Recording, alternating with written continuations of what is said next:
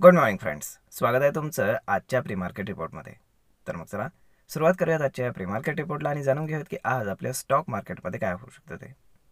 त्याआधी तुम्ही जर चॅनलवर नवीन असाल तर चॅनलला सबस्क्राईब करायला विसरू नका आणि डिस्क्रिप्शनमध्ये लिंक आहे त्यावर क्लिक करून आपल्या डीमॅट अकाउंटलाही ओपन करायला विसरू नका. तर मग चला सुरुवात करूयात आजच्या या व्हिडिओला.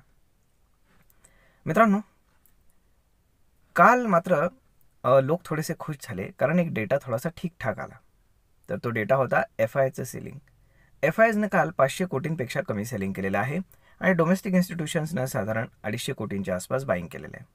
ओके, परंतु ही एक गुड न्यूज सोडली तर बाकी सगळ्या बॅड न्यूज आहेत. आता सगळ्यात पहिली गोष्ट म्हणजे काल रात्री US मार्केटमध्ये ड्रास्टिकली फॉल झालेला आहे. नॅसडॅक ऑलमोस्ट 4% डाऊन आहे. त्यानंतर S&P 500 देखील ऑलमोस्ट 3% डाऊन आहे. सगळे इंडेक्सेस तिथे ऑलमोस्ट आपण म्हणू शकतो की मार्केट तिथे क्रॅश झालेलं आहे. आता बेसिकली याच्यामागचं रिझन काय? एक तर ट्रम्पचं टॅरिफ वॉर आणि दुसरी गोष्ट म्हणजे तिथल्या फेडकडनं आलेले काही इंडिकेशन्स की मार्केटमध्ये स्लो डाऊन येऊ शकतं, इकॉनॉमी स्लो डाऊनमध्ये जाऊ शकते. आता हे सगळे आपण काय म्हणू शकतो की त्याला कॉन्ट्रा आहेत, एकमेकांपासून वेगळे आहेत सगळे स्टेटमेंट्स, परंतु तिथे काय चालले ते लवकर समजतच नाही. कारण तिथे एका सिनॅरिओमध्ये लोक काम करत नाहीत, एका सिनर्जीमध्ये काम करत नाहीत. ट्रम्प काहीतरी वेगळं बोलतात, फेडचे चेअरमॅन काहीतरी वेगळं बोलतात, US सेक्रेटरी जे आहेत की ज्यांना जास्त महत्त्व असतं तिथे, तर ते तिसरंच काहीतरी बोलतात. त्यामुळे त्यांच्यामध्ये सुसंगतपणा नाही आहे, त्यामुळे खूप सारे प्रॉब्लेम्स होत आहेत. आता हे सगळं जर आपण पाहिलं तर गिफ्ट निफ्टी इंडिकेट करत आहे की मार्केट साधारण 200 ते 250 पॉईंटच्या आसपास गॅप डाऊन ओपन होईल. ओके, त्यामुळे एक साधारण सुरुवातीला मार्केटमध्ये पॅनिक पाहायला मिळेल आणि त्यानंतर मग मात्र मार्केट थोडंसं शांत होईल. आता साहजिकच आहे, एवढं जर मार्केट फॉल झालं तर डोमेस्टिक इन्स्टिट्यूशन्स मार्केटमध्ये येतील आणि ह्यूज क्वांटिटीमध्ये बाईंग ऑर्डर प्लेस करतील.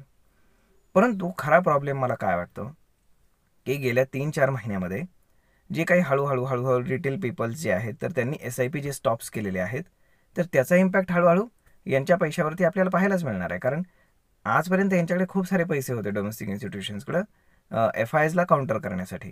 परंतु जर ते आता ती पॉवर कमी पडत असेल पैशांची तर साहजिकच आहे की ते हवी होतील यांच्यावरती फॉरेन इन्स्टिट्यूशन.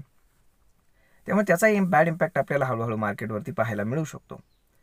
परंतु आज जे आहे तर ग्लोबल ट्रेंड एकदम निगेटिव्ह आहे. परंतु डिस्पाईट दॅट HDFC बँक आणि ICICI बँकचा जो ADR आहे तर तो USमध्ये ग्रीनमध्ये क्लोज आहे.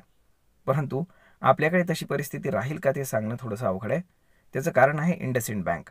कारण जरी आज साहजिकच आहे की तुम्ही इन्फोसिस घ्या, TCS घ्या, सगळे स्टॉक्स तुम्हाला रेडमध्ये पाहायला मिळणार आहेत. त्याच्यामध्ये प्रचंड सेलिंग प्रेशर IT स्टॉक्समध्ये पाहायला मिळणार आहे. म्हणजे त्याच्या अदर पार्टी कोण काउंटर करू शकतं तर ते आहे बँकिंग स्टॉक. परंतु बँकिंग स्टॉकने जरी US मार्केटमध्ये चांगलं काम केलेलं असलं तरी आपल्या इथे इंडसइंड बँकचा प्रॉब्लेम आहे.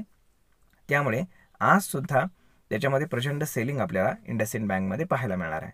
मग साहजिकच आहे की ते पूर्णपणे एक बँकिंग सेक्टरसाठी नेगेटिव्ह सेंटिमेंट क्रिएट करू शकतं आणि मार्केट तर ऑलरेडी नेगेटिव्ह सेंटिमेंटमध्ये आहेच, प्लस US मार्केट क्रॅश झालेलं आहे. त्यामुळे या सगळ्या गोष्टी पाहता इझिली मार्केटला सपोर्ट मिळेल आणि खालनं लगेच इमिजिएट बाईंग येईल असा विचार करू नका. ओके, त्यामुळे जर तुम्ही ट्रेडर असाल तर सध्या मार्केट बेरिश आहे आणि काही वेळासाठी ते किंवा काही काळासाठी बेरिश राहू शकतं, अशा पद्धतीचे इंडिकेशन मार्केटमध्ये आहे. जर आपण सपोर्ट पाहिला तर तो आपल्याला 22,000चा सापडतो की जो आपण ॲटलिस्ट स्ट्रॉंग सपोर्ट म्हणू शकतो. ओके, त्यानंतर रेजिस्टन्स तर काय प्रत्येक ठिकाणी कॉल रायटर येऊन बसतातच आहेत.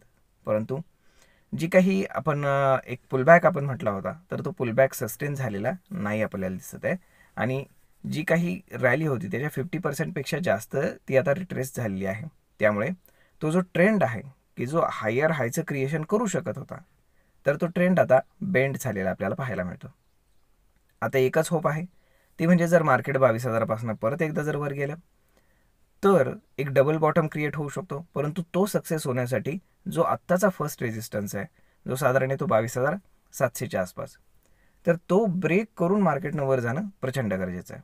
मग तो डबल बॉटम सक्सेस होईल आणि एक चांगलं टार्गेट आपल्याला एक 700-800 पॉईंटचं वरच्या बाजूला पाहायला मिळेल. परंतु एकंदर मार्केटची कंडिशन पाहता ते पॉसिबल वाटत नाही आहे. ओके, तर मग पाहूयात की काय होतं आहे, परंतु मार्केट मात्र निगेटिव्ह झोनमध्येच राहणार आहे. त्यामुळे तुमच्या ज्या काही पोझिशन्स असतील तर त्या मोस्टली बेरिश साईडला तुम्हाला ठेवणं जास्त सेफर साईड राहू शकतं.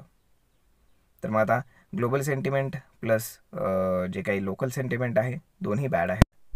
आणि आय टी स्टॉक्सकडनं तर काय आज अपेक्षा नाहीच आहे.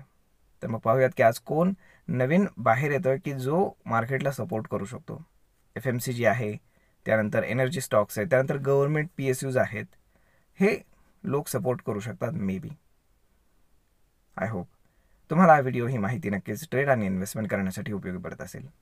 जर तुम्हाला हा व्हिडिओ ही माहिती जर आवडली असेल तर आपल्या जवळच्या मित्रमंडळींसोबत देखील हा व्हिडिओ तुम्ही शेअर करायला विसरू नका. धन्यवाद.